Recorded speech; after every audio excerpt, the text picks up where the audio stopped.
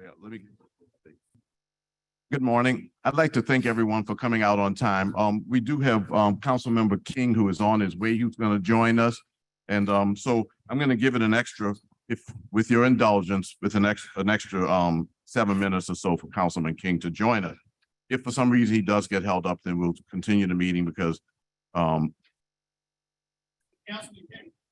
he's Councilman King and he's one of my 7 colleagues on this council.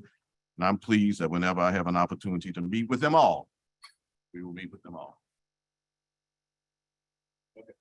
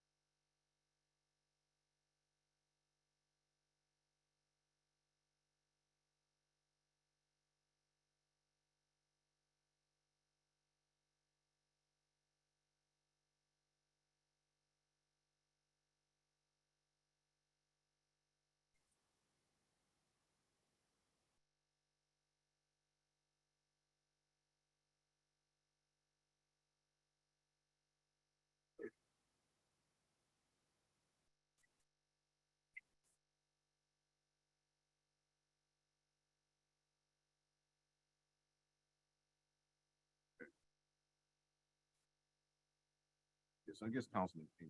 Yeah. At the meeting.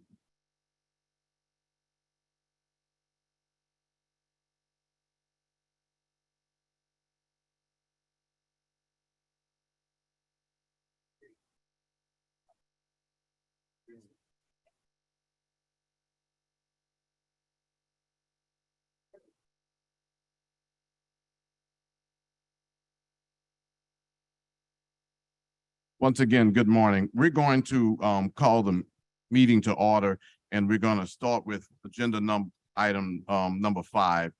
So what I'll do is I'll ask for a roll call. Councilmember Green, Present. Councilmember Moreno, Councilmember Jeruso, Councilmember Harris, Councilmember King. We have a quorum. You have in your packets, council members, minutes from the November 29th meeting. May I entertain a motion to approve those minutes? Moved by Councilman Jeruso, seconded by Councilmember Moreno. All in favor, please vote your machines. 4 yeas, no nays. No minutes are approved. We're moving to item number 5, which is presentation regarding the proposed future bike lane facility on AP Turo Avenue between North Broad to St. Bernard Avenue. And we have a representative of the Department of Public Works.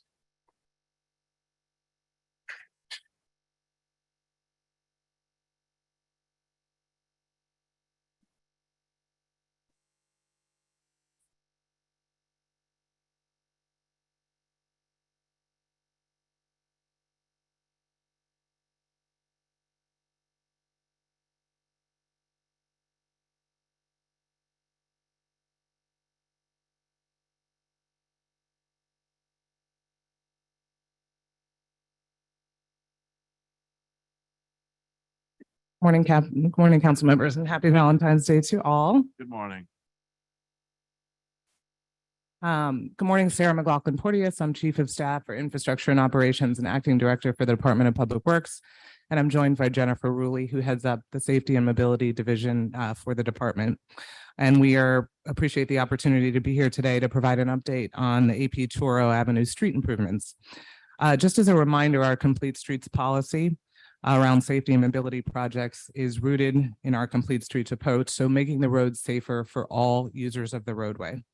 And this morning, we're going to provide an update on the AP Toro Avenue safety and mobility improvements between North Broad and St. Bernard to include a travel lane reduction, travel lane striping, crosswalk striping, neutral ground adjacent protected bike lane striping with flex posts, and on-street parking striping. And DPW has and will continue to be committed to ensuring that the community has ample opportunity to know about roadway changes prior to construction. Sorry about that. This includes the ordinance passed by council last fall that addresses major operational changes to roadways and the outreach and engagement strategy that must be implemented. And this strategy includes no fewer than 2 community engagement meetings. It includes appearing at no fewer than 1 city council committee meeting, and we appreciate the opportunity again to be here today, and providing meeting notifications at least 2 weeks in advance of any community engagement meeting via email, via text, and through physical paper. And so the safety and mobility improvements that we'll talk about today are part of the $23 million Bayou St. John Fairgrounds 7th Ward Group B project. This is one of our FEMA-funded joint infrastructure projects that's well underway. It includes various kinds of construction. It includes replacement of underground water, sewage, and drainage lines. It includes some areas with patch concrete improvements, and some patch mill and overlay work. And that project, as I said, is well underway. It includes upwards of 100 blocks, and it's scheduled to wrap up this summer. And I'm going to pass it over to Jennifer, who's going to, I think have some automatic transitions going on here, so I apologize. Go ahead. Good morning, everyone. Again, I'm Jennifer Ruley, and I work on mobility and safety projects in the Department of Public Works. So this is a picture of AP Toro now, recently resurfaced. And this is a kind of a conventional boulevard with a neutral ground, 32 feet of paving with curb to curb. Neutral ground is 27 feet wide in most spots and then widens to 40 feet. It has a posted speed limit of 35 miles per hour. Traffic volume is around 5,000 per day, more in the lake-bound direction than the river-bound direction. So earlier this year, when the contractor completed laying the new asphalt, repairing sidewalks, and adding curb ramps on AP Toro, we knew that we had to do some striping, and the proposed improvements that we're about to share with you are rooted, as Sarah said, in our Complete Streets policy, and also in the citywide bicycle blueprint. In the next slide. So we held a walkthrough on January 31st of this year with District D to discuss the project and explain the project to neighbors. It was a very good opportunity to hear the kind of questions that we might get from people who know the area well. In the next slide, we show some of the community organizations that we've worked with to supplement our city outreach efforts. So this included a bike light giveaway on the 19th of January on AP Toro. And that was hosted by Bike Easy. And then Stay Local through the Urban Conservancy conducted small business outreach on the 27th of January. So more than 20 bicyclists show up to that bike event and received bike lights. So meeting notifications went out for the first scheduled meeting, which was February 2nd of this year. The meeting info was posted to the city calendar as we traditionally do. And then meeting notifications were sent via text and next door to more than 800 people within a geofenced area around AP Toro. City staff also distributed physical flyers to 400 residences and businesses in the area. And our staff also attended the community office hours that Neighborhood Engagement hosts to promote the meeting. We also had numerous one-on-one conversations with schools, residents, and organizations in the area. And this is a picture from our first meeting on February 2nd. So we had about 20 residents show up for that meeting. Councilmember King and his staff also attended. And we had city agency staff from several, I'm sorry, Green. I'm sorry. And then we had city staff from Public Works, Roadwork NOLA, Parks and Parkways, New Orleans Health Department, and the Office of Resilience and Sustainability. And then at this first meeting, we shared a flyer saying what's happening on AP Turow, give a little bit of background and information and some graphics on what's happening. So the fact sheets we distributed explain the proposed changes and the expected outcomes.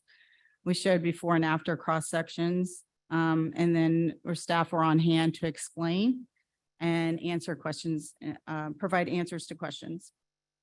We also explained the safety, health, economic, equity, environmental, and mobility benefits of this project. What you can't see is, and I'll show a little bit more detail, is that we're showing a 9-foot parking lane, 11-foot travel lane, 6-foot striped and flex post buffer, and a 6-foot bike lane in a 32-foot wide space. So some of those changes and what they look like, if you look at it from a bird's eye view, right here, we're showing AP Turow at St. Bernard Avenue. And this intersection will receive some safety improvements. This has a tendency right now to, the way it's designed, prior to these striping improvements, there's a lot of high-speed turning movements through here. So the idea is to slow people to the point where they can actually make eye contact and see other users of the road and make the transition to the bike lane, as well as the travel lane and parking. So as you can see, we are taking what is 2 lanes of travel now and converting to 1 lane of travel in each direction and preserving on-street parking. And the bike lane will go against the neutral ground in both directions. In the next slide, we're showing an example of a block within AP Turow. And we're showing a left side protected bike lane. Here, we chose this design because for several advantages. First of all, it provides maximum protection for each block with no disruption from driveways. As you can see in this block, we have numerous driveways, which make it really hard to provide protection and comfortable spaces. It places the bicyclists outside of the drainage gutter, so there's less debris accumulation. The lane reduction also reduces the double threat for people walking and driving across intersections. There's no on-street parking removed, it all is preserved. It also removes the bicyclists from driveway conflicts, and the neutral ground makes blocking the bike lanes by crossing vehicles less likely to happen. Drivers can exit their driveways into the available parking and travel lanes with no major constraints. And emergency vehicles and school buses can freely maneuver for turns and accessing buildings. In the next slide, we show what that looks like in front of the St. Augustine High School. And some adjustments we're going to be making to the placement of flex posts to allow for some of the temporary congestion that happens around that school during pickup and drop off. So there are some examples of left side protected bike lanes elsewhere in New Orleans, most notably Tulane Avenue and Wall Boulevard. And we've implemented these with minimal issues. The left side protected bike lanes don't work on every street, especially where there's heavy turning movements at intersections. However, AP Turow is anticipated to function well with 1 travel lane and a left side bike lane. No major traffic congestion is expected. And then, as I mentioned, we can adjust the flex post location near St. Aug. We've observed the pickup and drop off during those times, and we think that this design will work well for those operations. So we talk about connected networks, and the idea is that this segment will connect to other bike lanes. So we have some older bike lanes on North Broad and also St. Bernard Avenue. And then we have newer bike lanes, protected bike lanes on North Galvez, Gentilly Boulevard. And then we have a planned bike lane on North Miro, protected bike lanes, that should happen later this spring or summer. We already put out some repairs on that particular project early this year, and we did not get any bids. So we're going to have to look at repackaging and putting out that again. So during the AP Truro questions that we received during the meeting, most of the questions were about the status of road construction throughout the neighborhood as part of the FEMA project. So people just wanted to know when different things were going to happen or when they were going to get notification or things like signage and that sort of thing. Parking on the neutral ground was also brought up as an issue. So as I had stated, this project will not change parking on AP Truro, but periodic parking on the neutral ground has been an issue. So, people will still be able to access the neutral ground during rain events when flooding is expected, but, it's still not legal to park on a neutral ground in the city. So lack of parking was discussed. And there's an interest in street trees. And then there was a suggestion to check out a NORA plan for St. Bernard Avenue corridor as a good model. And then there's also interest in green stormwater infrastructure like bioretention. So the next steps for AP Truro are to continue to engage residents, businesses, and organizations that will be impacted by improvements. We will schedule a second and final community meeting after Mardi Gras. And then we will refine the design as needed to address valid issues. We're working with Parks and Parkways and other organizations to see what tree planting opportunities may be employed. And then we're monitoring speeding and crashes. So for more information on AP Truro, you can contact Roadwork NOLA at these. This information is here on the slide. And then we're also posting this information on the DPW website under mobility and safety. So that'll be at nola.gov/DPW under programs. I'll hand it back. Yeah, to that Sarah. concludes our presentation. We're happy to take your questions. Thank you very much for your presentation. And this one was pretty straightforward based on the hearing that happened. It's one thoroughfare. The biggest change is the reduction from 2 lanes to 1, but it's the type thoroughfare that the traffic count is justifiable in terms of doing that. The thing that pleases me most as the district councilman relative to this project is, interestingly enough, the crosswalks, because there are no crosswalks now. We have 2 schools around there, the great St. Augustine High School, as we do know, and also the school down the street. And there are also children who cross to go to others. And I'm just surprised that we haven't had them all these years. You take things for granted. I also appreciate the fact that we'll have not only a bike lane, but a bike lane which has trees that are near it. So I want to encourage the residents of the area to note that I live on a street that has a neutral ground. We don't park on the neutral ground because it would take away from the beauty of the neutral ground. Sometimes things change. This is going to be a sea change in terms of that attitude. But at the end of the day, the hearings were, I think, conducted in a fair manner. The communications were good. We helped with the communications because you all let us know weeks in advance, so it made it easier. So I'll ask council members if you should have any comments on this issue. If there are no comments from the dais, we do have one public comment and maybe something. Wait. Oh, I'm sorry. Councilmember Green. Okay. I'm just asking about the status of the MLK bike lanes, since we're on the topic of bike lanes. How's that coming along? I see progress, but what is the completion date and where are we? The completion date on MLK, I'll have to get that to you. It is progressing well. I'll get you the completion date, but obviously the striping and bike lanes would come at the end of the project. So there is striping plan for MLK as well. Yes. Okay. Yeah, if you can get me that completion date, because I pass it probably daily and I saw some stalling of construction, but it seems like now it's speeding up again. Mhm. I think they may have slowed down just around Mardi Gras, just in the interest of additional traffic. But yes.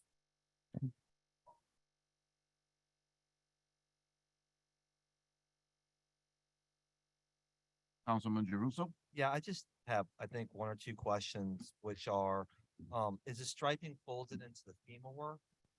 Yes, it is being done as part of that project. Okay, and then is there a separate contract for other striping? Yes. So we do have a separate contract with Pavement Markings. That's our striping contractor. So yes. This is being done by Pavement Markings, but as part of the FEMA work. But then we also have maintenance striping that we do with Pavement Markings around the city. Thank you. You're welcome.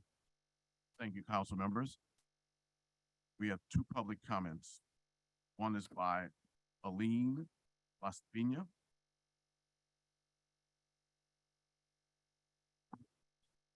Is that correct, Aline Laspina? You said it right. Thank you. Sorry, short. Good morning. Happy Valentine's Council. And Morning. thank you, DPW, for such a good presentation. It was very clear. As I've said here before, protected bike lanes do save lives. It has been proven over and over again.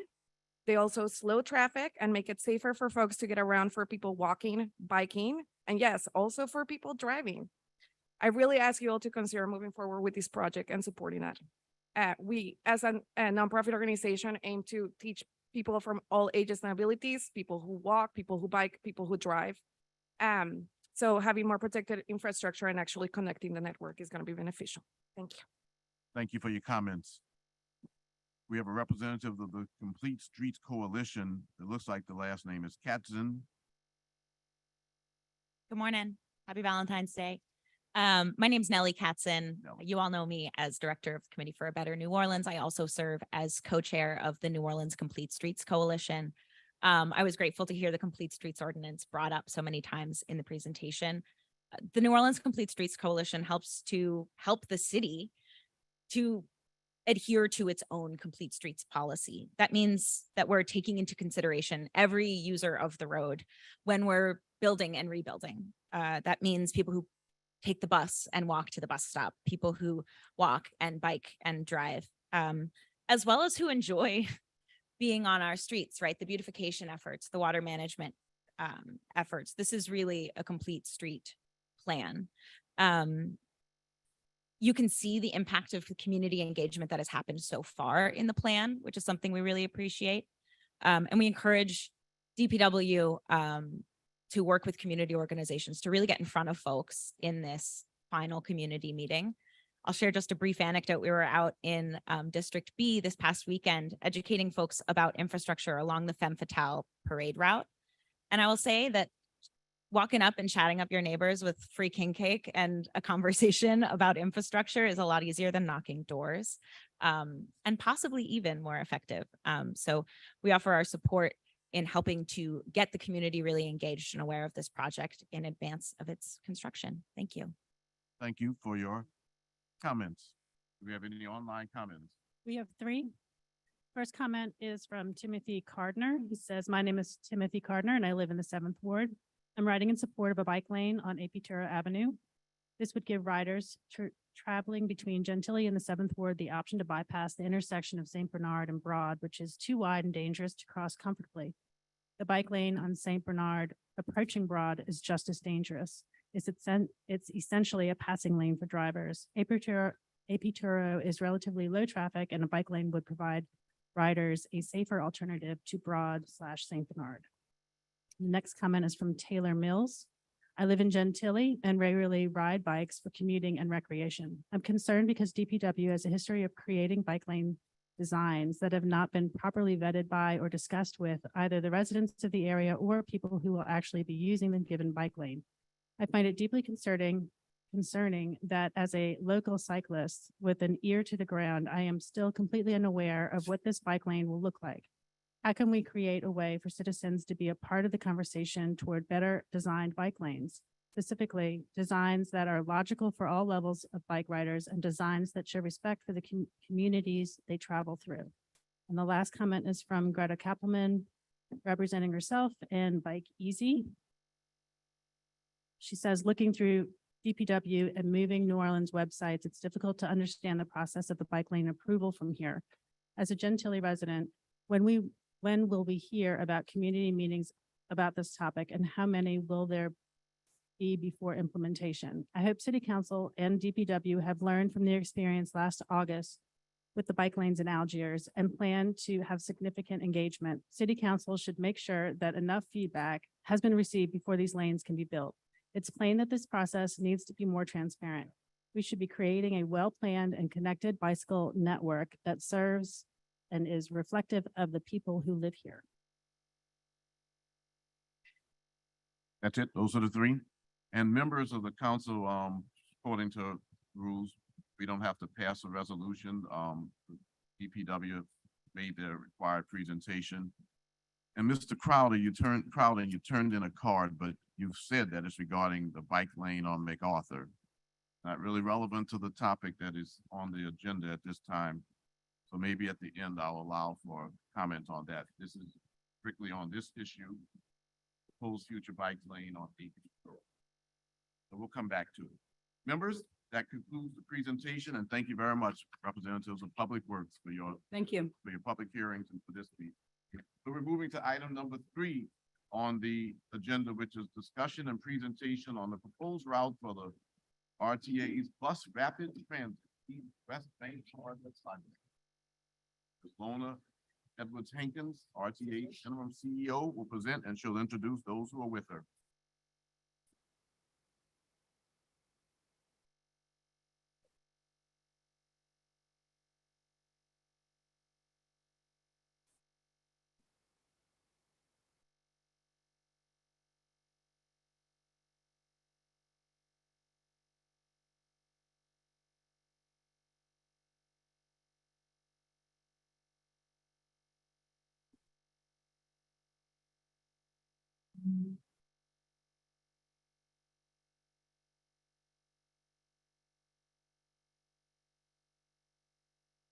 Good morning, Council.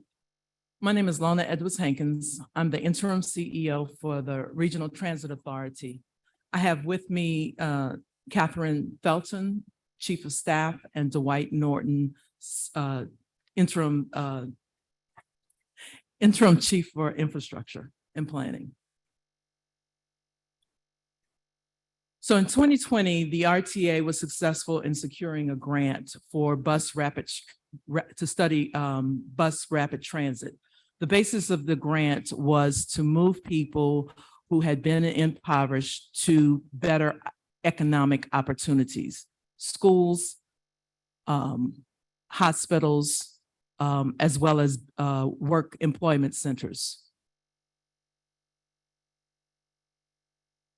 So the BRT is essentially a high capacity and high quality transit system that is, if you think of rail, but it's utilizing buses. And many cities throughout our country have it. And during this phase, we looked at the why. Why is BRT needed? It's needed to improve equity and move our people, as I mentioned earlier, to access jobs, education, and healthcare, to relieve traffic congestion. It is a traffic congestion relief mechanism. If you think about 10 cars, I can put 40 people on a bus as opposed to 10 individual cars. So it is a congestion relief measure that is used across our country. And it allows neighborhoods to grow. It attracts investment. It attracts high quality investments into neighborhood. It also grows our economy by attracting companies and moving our, it's an upward mobility measure, and that it moves our people to be able to get to their needs and get to better jobs. And then it just enhances our competitiveness as a region. New Orleans is one of 7 major cities without rapid transit. Birmingham, Alabama just opened their line.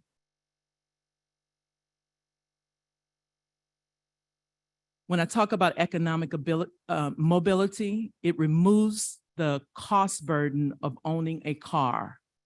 With the price of housing in New Orleans and thinking about attracting our young people, many young people do not want to buy a car. That burden is almost $10,000 to $15,000 per year.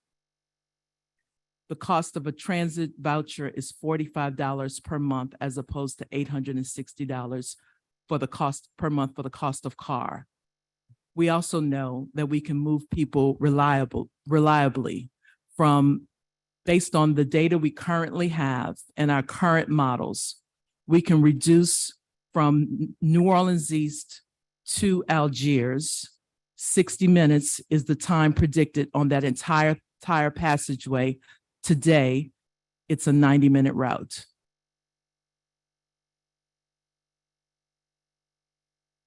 So during this process, during 2022, our feasibility study, we had over 67 unique community meetings and nearly 1,000 survey responses. That includes advisory meetings with community members, business advisors, online surveys, and several ride-alongs. And this is the proposed route. The route would start essentially at the Lake Forest and Reed, come down Lake Forest, cut over on Wilson, come down Chef, go down Gentilly Boulevard to Elysian Fields, cut across Elysian Fields to Claiborne, down to Orleans, over to Rampart, down to Rampart to Loyola, down to Poydras, over to Chapatoulas or North Peters or South Peters, and then hop on the bridge.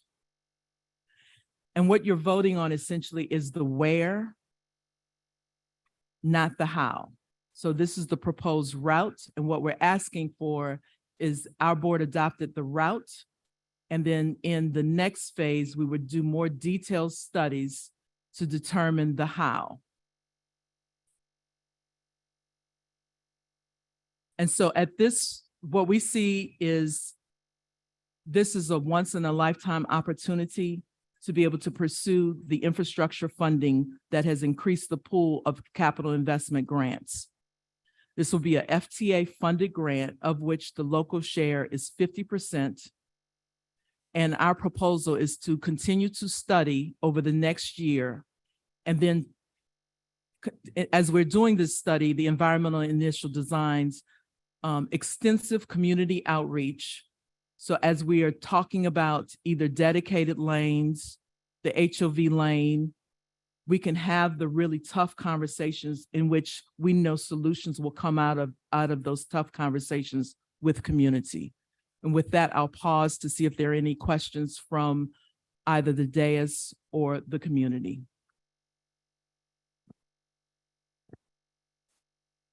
Well, I don't see any questions or comments from the dais. We do have a number of cards, and I will certainly expect those cards, and members of the council may come back afterwards with questions. I don't have any direct questions at this time. I'll be glad to listen to public. So should I move on to public comments and we'll come back to the council? Okay. It's important to recognize that we have a number of cards, and it's fair that everyone be given an opportunity to speak who has an issue that they would wish they wish to bring forward. But we're going to be very strict on the 2-minute limit because we also have some online comments. So at this time, we're going to move to public, then online, and we'll come back to concluding comments from the council. I'm going to call you in order. Please watch that screen and give yourself a warning as we approach the 2-minute marker that at 1 minute and 45 seconds, I'll say 15 seconds left. And then at 2 o'clock, I'll ask you to end your comments. So we have Miriam Isabel Barrios.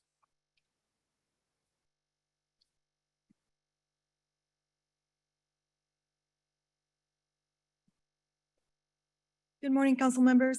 My name is Miriam Isabel Barrios, and I live at 4400 Spain Street near the corner of Gentilly Boulevard. And I'm here to support the resolution to approve this route for bus rapid transit. I have lived in quite a few places over time, and I have always noticed that public transit that moves lots of people to where they need to go creates greater equity and more opportunities. And I at work, I noticed during the pandemic, when we were coordinating rides for people who needed COVID vaccines, that the bulk of people who needed to get to vaccine sites were coming from Algiers and other parts of the West Bank, as well as New Orleans East. It's clear that there's an inequitable, that there's just a gap in terms of how people get around in New Orleans and how long it takes them to get there. I also remember being a young research assistant and traveling with families to medical appointments and church, and just seeing the struggles of getting places, in particular for families that live in areas that are served by less reliable and frequent transit. So just wanted to express my support, and I look forward to seeing what happens. Thank you. Thank you for your comments. Jim Goodwin. Good morning. I'm Jim Goodwin. I live at 537 Barrett Street. I'm president of the Algiers Point Association. We have had numerous presentations that have been attended by various board members and members of the Algiers Point community. We had a presentation made to the APA board directly. And as I said, also attended various board meeting, other public meetings. Also have participated in the rides that were offered. I think there were 3. So I and a number of people have also taken the rides on the route to see what the route looks like. And the APA does support the BRP proposal.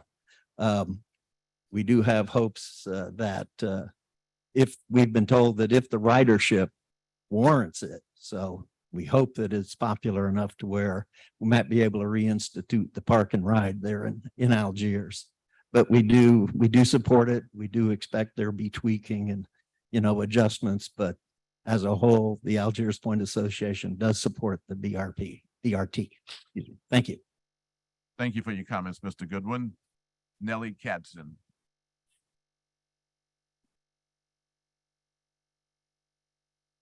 Good morning again. I'm representing myself. I live at 1242 St. Roch Avenue near Elysian Fields. I would use this if it were built near my house. I support it beyond that because it creates equity and opportunity for folks in a city where, 7% of jobs are accessible within a 30-minute transit ride. Thanks, Ride New Orleans, for the study. Better access is better access to opportunity, to everything that our neighbors need. And also likely the resolution of a lot of our other problems that are rooted in poverty and lack of access. I encourage the RTA to do robust community engagement as you move forward. And as it stands, I'm really excited to see this move ahead. I'm strongly in support of this, and thank you for your time. Thank you for your comments. Ms. Leah LeBlanc.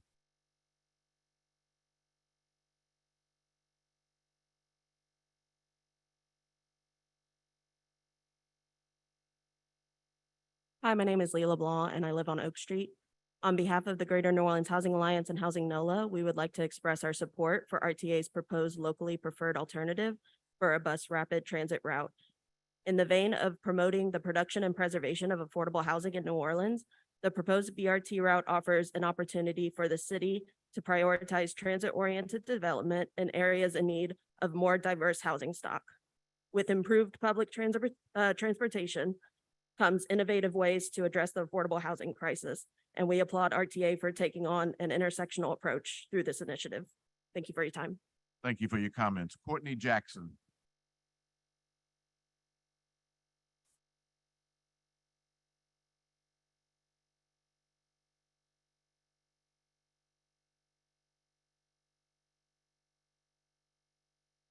Good morning, council members. My name is Courtney Jackson. I'm the executive director of Ride New Orleans. We're a transit advocacy nonprofit that serves transit riders. I'm here today in support of the proposed route. Ride New Orleans works with and uplifts the voices of transit riders, many of whom can't make important meetings like these ones today. And they are saying they needed this yesterday. Transit equals access, and access equals opportunity. And that's opportunity to jobs that would otherwise not be accessible unless you own a car. Access to housing, which is in a crisis in itself, access to school, to workforce, to food. The list does not stop there. And transit is foundational, or good transit is foundational, and great transit is transformative. And cities across the country are proving this to be the case. And we're already seeing it here in the South. Bus rapid transit is going to be the answer to a lot of the problems that we're seeing. So this is a no-brainer, which is why the federal government is giving us money to make this happen.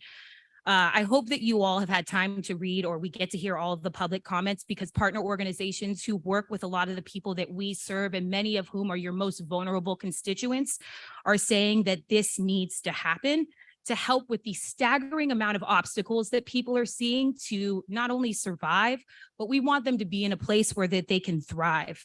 We really hope that you guys take this into consideration and make it happen, because it's really a step forward in moving our city in the right direction. New Orleans needs access, and they not only need access to the needs that serve them, but reliable, frequent, dignified access. We really hope that you listen to the constituents that we represent that couldn't be here today. Thank you. Thank you for your comments. Jordan Michael.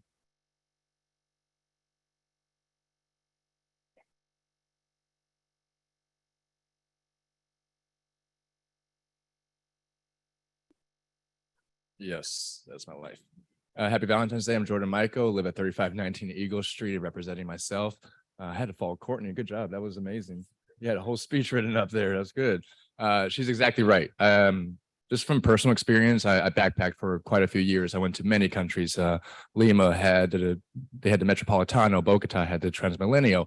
Yeah, bus rapid transit everywhere. And this was incredibly important to be able to be connected. And as housing prices go up and our access to the city, the most vulnerable get pushed further and further back, right? I think about a neighbor in the Ninth Ward in the Florida area, Miss Shannon. She was telling me how she got hit by an uninsured driver. She lost her car. Her mom had health issues, had to go to the West Bank because we have limited healthcare access on this side of the bank, surprisingly. And so she was talking about how also she's looking for a job. She just took her civil service test, but all the jobs are on this side of Poydras. She has no access to it. Though she wants to do all these things, she wants to visit her mom in the hospital. She wants to be able to work. She doesn't have access to it. So this is a pretty much no brainer. Pass this thing, go get that IJA money, please, while we got a chance to have it. And let's make this thing a thing. Thanks. Thank you for your comments, Mr. Michael. Dustin Robertson.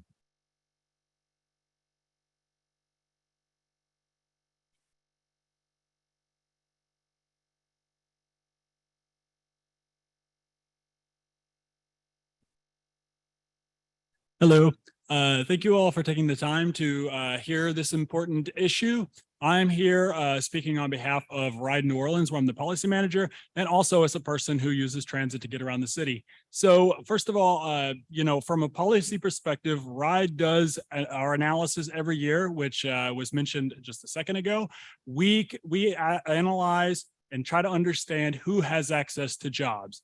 And consistently, every single year, we find that the three worst areas of the city are New Orleans East, Lower Ninth Ward, and the West Bank.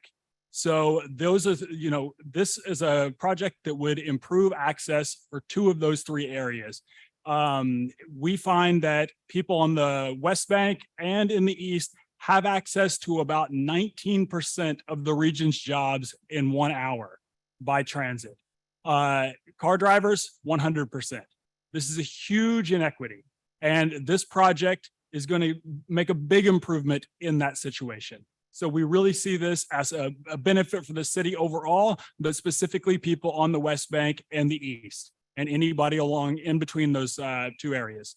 I also want to speak on behalf as a person with a disability and point out one design feature.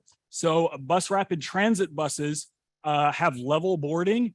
So that means people with wheelchairs, people with walkers, people with strollers, bicycles, you just roll straight onto the bus rather than having a ramp come down or a step to go up or a lift like you have on the streetcar. So it's much more seamless. It's much more efficient from an operations point of view, and it's a much more dignified as a user. Yeah, so for all these 15 seconds, reasons, I really hope that you'll consider supporting this resolution. Thank you for your time. Thank you for your comments. Elaine Laspena.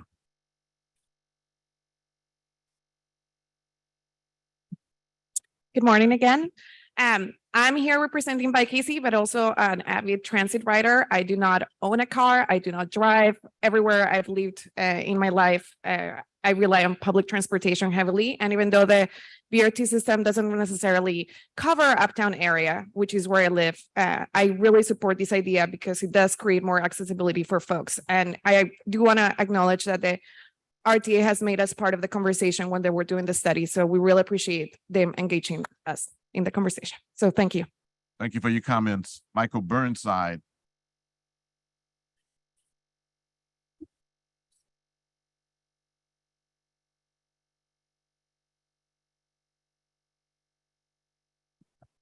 My name is Michael Eric Burnside. I live at 2215 Felicity. It's unfortunate that I'm here talking to RTA because RTA is nice folks and they're trying to, make things equitable and reach out to poor people and integrate the neighborhood and do all this good stuff. And the guy who came up here and said that cars will get you to 100% of the jobs, but public transport will only get you to 19% of the jobs is also really hard to argue with. It's kind of like when I was a young man in the army, I used to talk about the train system in France. I said it sort of depended. If you came from Spain, the train system in France was a really great train system, but if you came from Germany, it was pretty crappy. I don't think of buses when I think of solutions to equity problems. So I see buses as better than cars, but I also see buses as worse than elevators. You have a lot of downtown commercial space that's going empty. It needs to be converted to residential space and people need to live in it. And then they could walk to their jobs. They wouldn't have to drive a car or take a bus. My personality is I prefer trains to buses because I get car sick. I'd rather have a trolley than a bus any day of the year.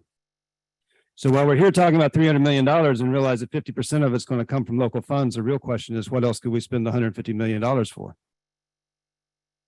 Because in my world, elevators rule and trains are cool and buses are a sad third. Thank you for your comments, Mr. Burnside. Megan Moreland.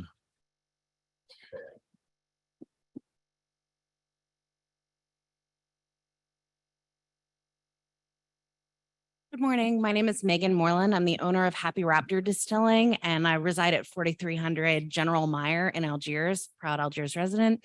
I serve on the board of the New Orleans Complete Streets Coalition. We joined the Complete Streets Coalition to improve the quality of life for my guests, of course, but especially for my team. We're 13 strong. I live on the West Bank. I have a business on the East Bank, and my employees reside all over the city. We lost one of our very best employees, a young man, a resident of New Orleans East, who just had trouble with transportation. It became harder and harder for him to arrive to work on time and just simply to rely on the transportation at all. So my business has already been impacted for sure by the lack of reliable transit in the city. One of the most important things about Complete Streets is that it is a complete network that supports all travelers. And so it's not going to come overnight. It's a really complicated process, of course, but as an Algiers resident, especially, I really see and understand the importance of this project. We in Algiers, of course, have a lot of questions around the how. We all know the bridge is kind of a, congestion point, but it's a conversation that absolutely needs to continue. And so thank you so much. And I'm happy to express my support. Thank you for your comments. We do have a card from someone who doesn't wish to speak, but is in support of the Rapid Transit Project. Tohia Moshe, and I'm sure that that's not it, but it looks close to that. Are you there? Okay, but we do have that card in support. Gilbert Crowder.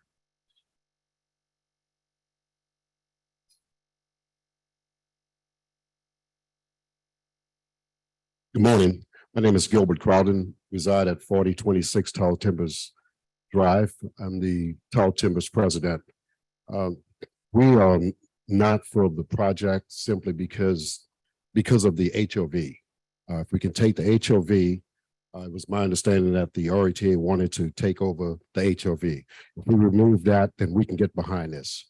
But to take away our HOV, over the last couple of weeks, we've had traffic backed up like a parking lot. We have residents that's coming from Bell Chase because they're working on the bridge. And when a toll happens, in the Bell Chase, we're gonna have more folk, more residents coming out General DeGaulle. We okay with moving the position to Wall Street where they can park, that's fine. But again, the HOV is totally off. We cannot get behind it if they're gonna take away the HOV for emergency vehicles and RTA. That's our position on it. I know there's some organizations, some neighborhoods in Tall Timbers that's behind it. In Algiers, that's behind it. Let's keep in mind, a lot of those residents in some of those neighborhoods are retired. Some of them never, ever come on the East Bank. I work on the East Bank every day.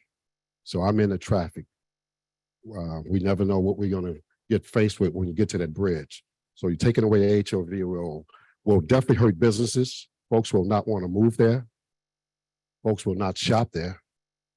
If you can remember, I don't know if anybody remember the 80s before the new bridge came. It was a parking lot. It was horrible. We cannot go backwards. So if you can remove the HOV, I can guarantee you my residents will get behind it. But at this point, that's our position on it. We've attended the meetings and we've shared that concern. Thank you. Thank you for your comments. Augustus Green. Augustus Green.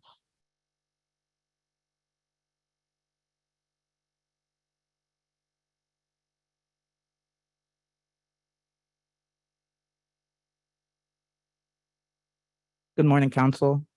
I'm Augustus Green. I've resided in New Orleans for about 3 years at this point.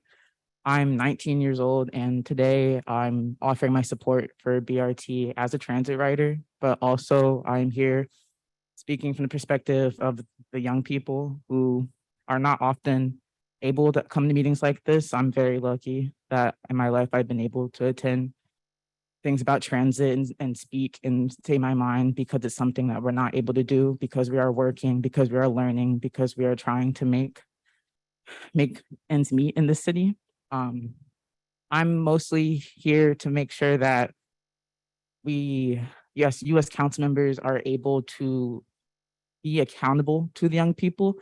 Young people in the city are focused on leaving the city. That is the consensus between my peers. A lot of people aren't trying to stay in the city because they don't think that the infrastructure is good. They don't think that the city cares enough to keep them here. They don't think there's enough investment in our communities. They don't think that the longevity of this city in the way that numbers have been being done and things are being invested in, they don't trust that it's going to be a long-term solution for them. And that is why I'm really hoping that we take this opportunity to invest in transit and get it on the level of all these other cities that people are trying to move to because they see it as better opportunities. That you take this opportunity to put New Orleans as a city that young people want to stay in, because I promise you, the young people are trying to leave. And if we are trying to keep the city alive and vibrant and something that's going to be here in 20 years, I urge you to invest in the infrastructure, invest in BRT, invest in the communities. Thank you. Thank you for your comments. Brandon Turner.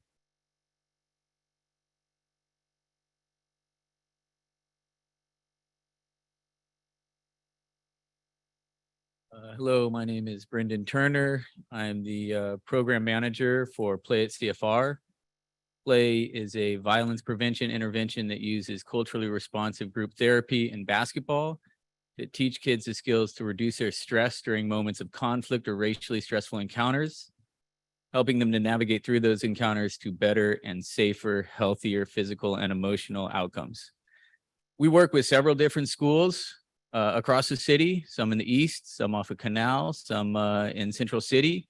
We run a juvenile diversion group as well for the OPDA office. And one of the barriers that we have and the impact of this group is the difficulty engaging parents. I think we can all agree that parents' involvement in their children's development and well-being is essential, caretakers as well. And with a barrier to that engagement oftentimes is transportation. So if we're asking a parent to come out and be a part of one of our groups at 5 o'clock on a Tuesday night, and it takes them 2 hours to get there and 2 hours to get home, they might have 2 or 3 other children at home. They don't have access to a car. It's very likely that they're not going to be able to make it to that. So a program like this This resolution would cut, let's say, 60 to 90 minutes off of that travel time and would give us a much more realistic chance at engaging parents at the level that we need to for the well-being of their children. Thank you. Thank you for your comments. How many public, that ends the public comment card period. Those are the only yellow cards that I have. How many online comments do we have? For these two RTA, a total of 33, about 15, 16 each. 15 or 16 each? Mhm. Okay, what I've found many times is that when we start reading public comments, if I just say a number of minutes, we get down to the point where we've heard just a few of them and we can't hear as many as possible. So with the indulgence of the council, and some may take less than that, I'm going to ask that we try to get to each public comment, but at 1 minute per comment that you would stop. Okay, some of them will be less, but at 1 minute we will stop. First public comment.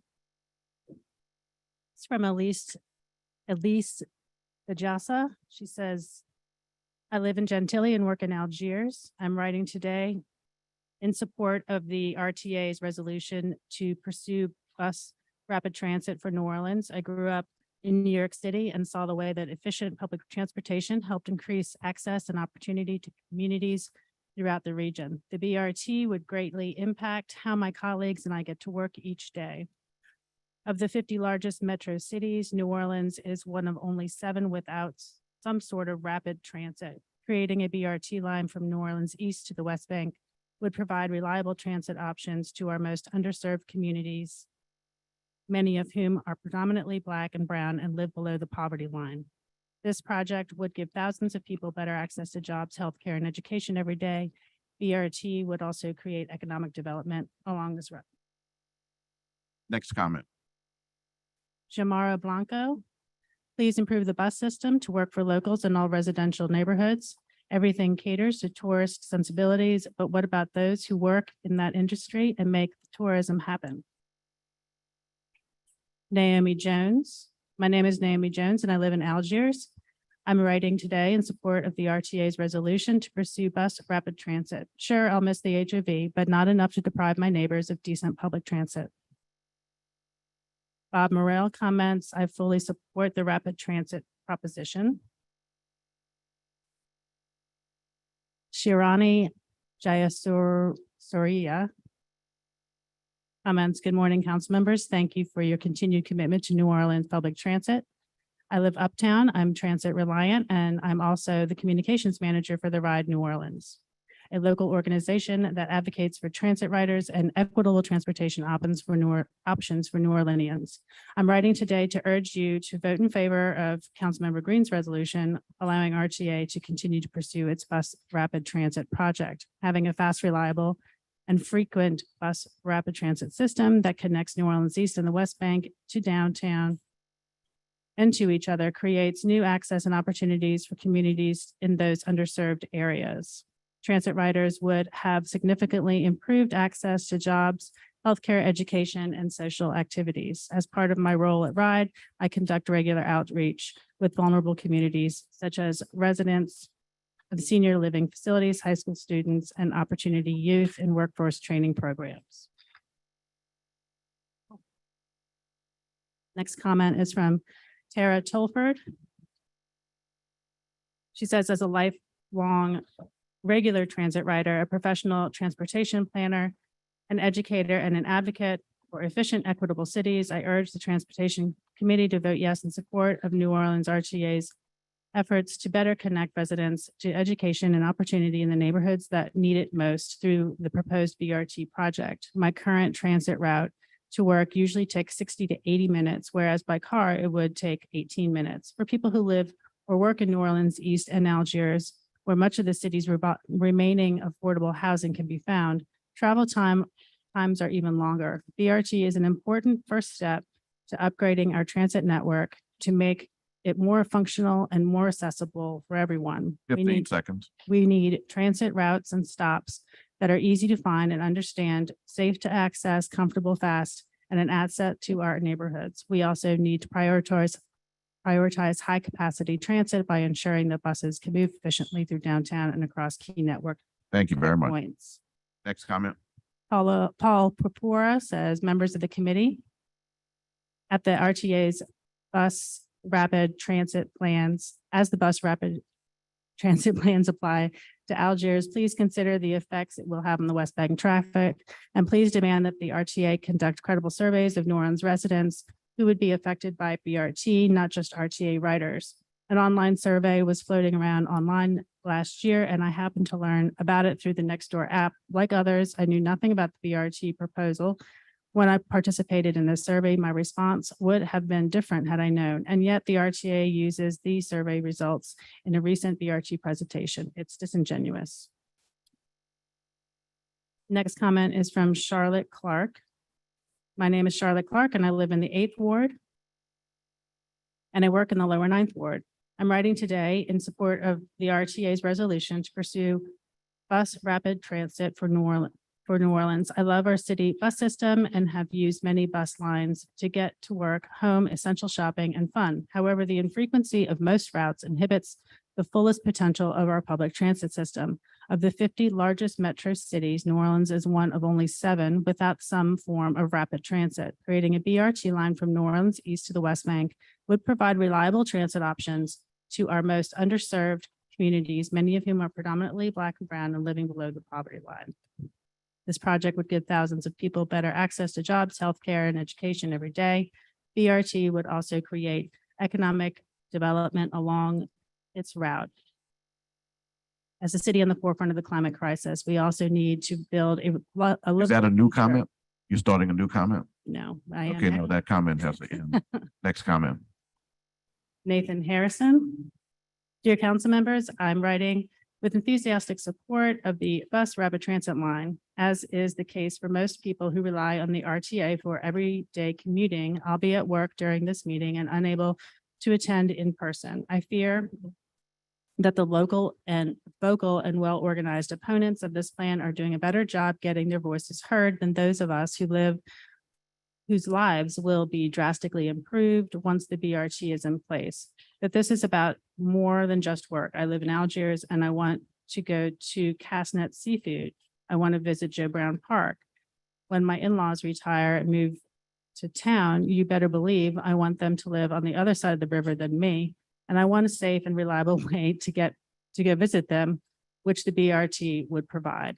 Overall, my quality of life and the quality of life for thousands of fellow riders and future riders will be greatly improved by the BRT. That's time on that one. Next comment is from Sahili Castigier. I've enjoyed the benefits of the BRT in other cities, Albuquerque, Mexico City, Bogota, and I believe it will improve public transit in New Orleans. I've grown up in cities with great public transportation and do not like using cars, but find the transit in New Orleans an imperfect alternative to cars. Having the BRT will, I think, help improve connectivity, increase the speed and frequency of buses, and move the city towards becoming more transit friendly. Sarah Gassett says, hello, my name is Sarah and I live in Algiers Point. I would like to show my support of the Regional Transit Authority's resolution to pursue bus rapid transit for New Orleans. I currently commute 3 days a week by ferry and bus to my job in the Irish Channel.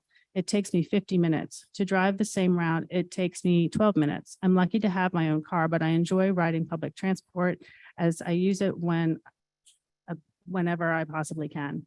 I would be able to ride more frequently if this route didn't take me an hour each way. As it stands currently, crossing the river by public transit limits our community's access to the East Bank. This includes access to jobs, doctors, and education opportunities. Please vote in support of the bus rapid transit and support our community. Bailey Bullock says, I would feel safer driving and riding in cars if we had a good BRT system, because there are so many people who drive out of necessity who should not be behind the wheel, and many cars being driven that should not be on the road.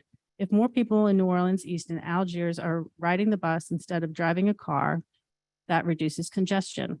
If people who do not want to drive have the option to ride the bus instead, then that will cut down on distracted driving, which is a danger to everyone. I want people to have a choice to drive if they want and to not have to drive if they would prefer to ride instead. This will make it safer for everyone, including drivers.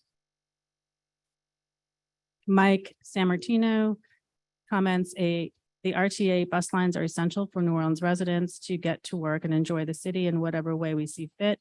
An expansion and improvement in service and access, specifically in the proposed bus rapid transit system, is welcome and needed for our city. I totally support the proposed BRT.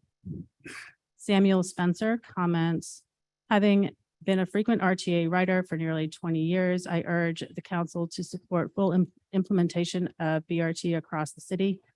For decades, prioritizing automobiles has marginalized those of us dependent on transit, leaving us with significantly longer and slower commutes than those in automobiles. The new routes implemented by RTA in September are a good step towards changing this, and BRT is critical in making transit both available and efficient for the maximum number of New Orleanians. The city has codified climate-related benchmarks it will never meet if projects like this are denied or minimized. The city is simply not sustainable in the coming years if it does nothing about having roughly 80% of its commutes be by car. Therefore, I urge the widest possible implementation of BRT. The next comment is from Dawn Hebert, representing the East New Orleans Neighborhood Advisory Commission. ENONAC is in support of the New Orleans City Council's resolution to adopt the RTA's proposed locally preferred alternative for the BRT route. RTA's BRT project will connect New Orleans East, Gentilly, 7th Ward, Treme, CBD downtown, and Algiers with a completely new rapid and reliable public transportation alternative. This opportunity represents a major leap forward to connect New Orleanians easily and affordably to jobs, education, service, and entertainment that will transform lives for the next generation. New Orleans is long overdue for developing better alternatives for moving people throughout the city and region.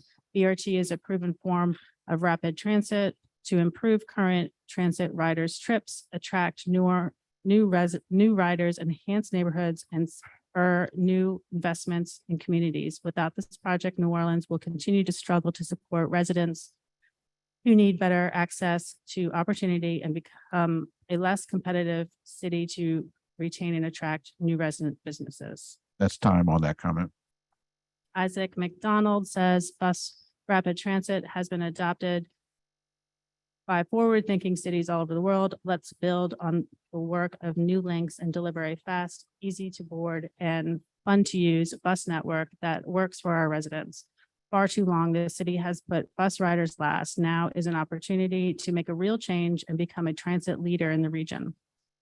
Taylor Billings comments, this is so exciting. In a city where bus transit can ignite tourism, accessibility, and employment opportunities, this project will be a game changer. I'm in full support and call on all of our elected representatives to do the same. Next. We also had this letter dropped off from the Greater New Orleans Foundation. The letter is a bit long, but it can be done in a minute. Then we'll add it to the record. First and last paragraph. This is from Andy Complin, who is President and CEO of the Greater New Orleans Foundation. He says, I'm writing today in support of the RTA's proposed locally preferred alternative for BRT route. RTA's BRT project will connect New Orleans East, Gentilly, 7th Ward, Treme, CBD downtown, and Algiers within a completely new and much needed rapid and reliable public transportation alternative. This opportunity represents a major leap forward to connect New Orleanians easily and affordably to jobs, education, service, and entertainment that will transform lives and create greater equity. The RTA has demonstrated their commitment to prioritizing community input and involvement throughout the planning stage of the BRT project. The LPA was determined through robust data analysis, public input, and committee meetings with stakeholders throughout the region. I understand their commitment to continue working hand in hand with our organization and the rest of the community during the design phase to address people's concerns and ensure the project can bring the maximum benefits for our people today and the years to come. Thank you very much for the public comments in person and also online. We've gone through those. At this time, I'll return to the dais for comments from members of the council. Councilmember Freddie King. Thank you, Councilmember Green.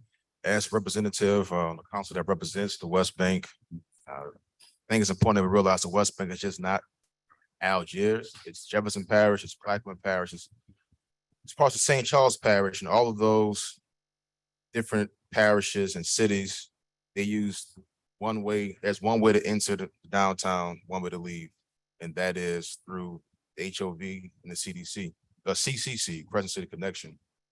And taking away a lane of the CCC, Crescent City Connection, or dedicate the HOV to only buses, I think would be detrimental to the residents of the West Bank.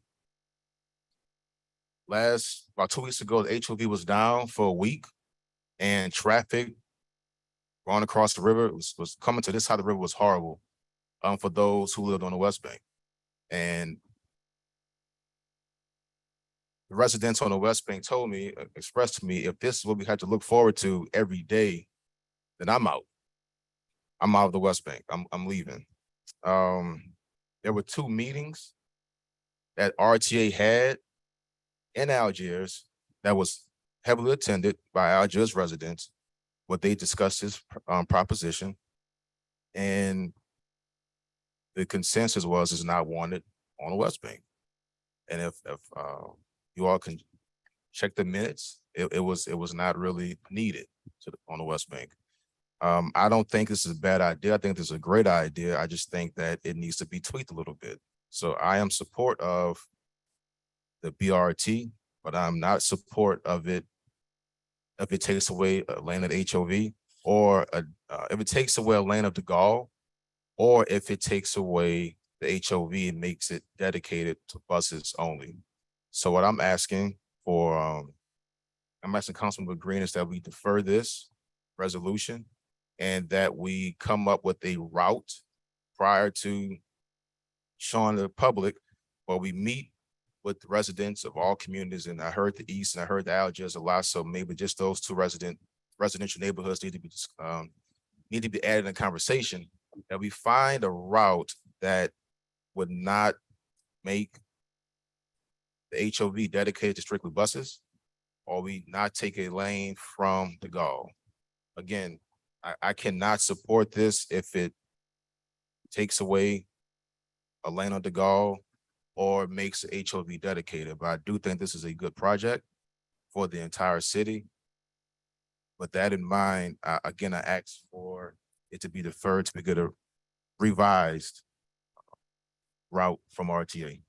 Councilman King, If I may, is that a motion? I'd like to hear from Okay. Mrs. Hankins first. we're just asking for the route, right? In this next phase, it is our intent to understand and do the outreach and preliminary designs and bring those designs so that the community can understand the impact. In studying the bridge, we may come up with low-hanging fruit of things that can be implemented today that may solve some of the congestion issues that has not been thought of. And so we're not saying in this, what you're adopting is just the route, it's not prescribing that we're going to do dedicated lanes. It's not prescribing that we're going to take over the HOV. It's just telling you what streets we intend to ride down. You're not adopting anything that is saying and committing us to the HOV, taking away the HOV. It is a thought, an idea that needs to be further studied. And that's all we're asking for, is further studying this. And we have committed to Jefferson Parish community, or the Jefferson Parish administration, to hold further hearings and to bring them back data during this design as well. So we recognize that this is not just an Algiers issue, it's a Jefferson Parish issue. In our conversation with Jefferson Parish, there was lots of conversation about the impact of Plaquemines, either the bridge or the tunnel being out of service, and what that does to their community. So all of this needs to be studied, and all we're requesting is that we can continue the study. Well, I'm not opposed to continuing to study, Mrs. Hankins. I think the route itself is a problem that a lot of the constituents that I've spoken to have an issue with. There is one way, again, if you live in Algiers, there is one way outside the ferry to get to downtown, and that is the bridge, whether it's HOV, whether it's a Crescent City Connection. And if you take away, if you dedicate either one to just buses, it'll make traffic worse for the thousands that live in Algiers. So the language you just said, if you would make that expressly clear in the resolution, then we can look at it again, but how it's currently written, and I'm not speaking for other council members, I'm just speaking for the one that represents Algiers, and that's myself. I can't support it how it's currently written. Councilmember Moreno. Thank you, Mr. Chair. I'm going to agree with Councilmember King. I mean, I think that I think to make it perfectly clear that there is still flexibility on the determination of how these routes will be utilized, and that is expressly written in this resolution through amendments. I think that that's a workable option, so that the council members, along with neighbors, are aware that no firm decision has been made on a dedicated HOV lane. That was a suggestion as one of the recommendations, but certainly is not something that we are approving now. We're just approving that you have to get across the bridge somehow, correct? Yes. Okay. So, I'd be, glad to work with Councilmember King and you all to try to figure out if there's a path for that language. Maybe there's not, I don't know. But just to see if that's a potential workable solution. Absolutely. I have a suggestion. If it's possible, get a ferry that takes just the bus across the bridge, across the river. That may be a solution that works for everybody.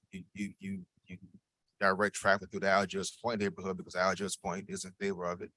And then you would have the riders take the ferry and just a bus, maybe a ferry dedicated bus. A ferry dedicated just to bus travelers. But again, I don't want to keep being redundant, but how this is currently written for the resident, on behalf of the residents that I represent, I can't support it.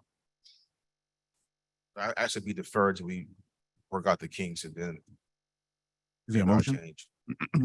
Yeah, I'll make a motion to defer until we figure out a bus route that works for everyone. Is there a second? Is there a comment on that motion? Councilman King, if it were to be deferred until what time period would you want to get back to the issue? As soon as RTA is available, we have more meetings, more public meetings, and I invite the other council members to come to those meetings and see firsthand, and even people in the audience to come to those meetings and see firsthand. But as soon as RTA can get us a revised route, so that's tomorrow, that's next month, it's on RTA. Meetings, what time period do you envision if this were to be the case? Or to a month? Yes, I'll defer to RTA to tell us how fast and get a revised route. Ms. Hankins, would you comment on the motion that's on? So we can bring you revised language, right? That as suggested by Councilwoman Moreno, we can also look at the route. We will get back to you with that time. Ideally, we can bring this back and have it adopted no later than March. That would be ideal. So Ms. Hankins, is a revised route an option? Is it an option to look at the route and not have it extend all the way? There's always options. I just think it is premature to do that until we do the detailed study. But, it would be a potential lost opportunity. But that's just coming from my vantage point. For the West Bank, to move people quickly. So is the ferry not an option? Can we get a ferry? The ferry is an expensive option, very expensive option. And the ferry in and of itself is another can of worms that I'm not prepared to open today. All right.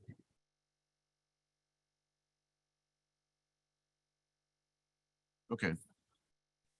It's been suggested by Councilmember Moreno that if it were to be deferred, of course, it's all subject to a vote. that it could come back on the agenda, maybe of a joint committee meeting of economic development and, couldn't do it on the 28th then. March. Give us a second, members of the public, because sometimes this is how the sausage is made, a lot of ingredients behind the scenes.